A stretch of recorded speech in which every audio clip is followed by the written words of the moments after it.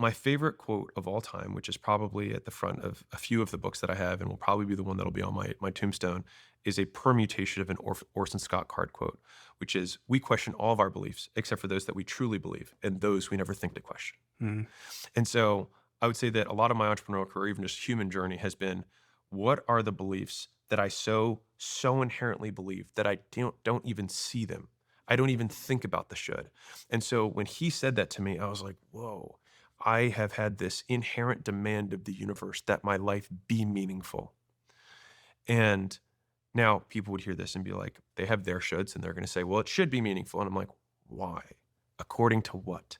And if we look at history, history pretty much sweeps everyone under the bed, like within 100 years. And within 1,000 years, basically everyone, and the people that we remember some of their works. And we go 100,000 years in the future or 10,000 years in the future, probably unlikely that we will be remembered in general. And that is solving for the idea that we need to be remembered. Again, we have to. Why?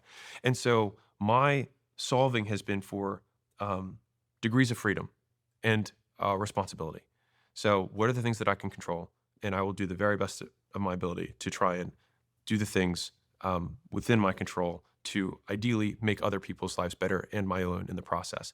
Now, that is a choice rather than I demand that of the universe. And this gets really abstract and heady really fast. And so I will try and bring us back down to earth.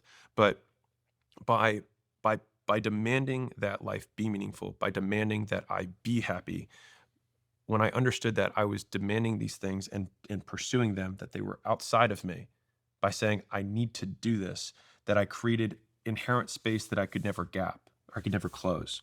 And so by trying to forget or eliminate the demand is where it was the first time that I experienced those things. And so I try to keep them out of my head to the greatest degree possible so that I can be inside of them. That sounds weird. Uh, rather than in pursuit. And so the times where I derive the most joy from my life, if I'm optimizing for that, which is, I wouldn't necessarily say that I am optimizing for joy. I think Williamson was like, you definitely optimize for purpose or meaning or something like that. And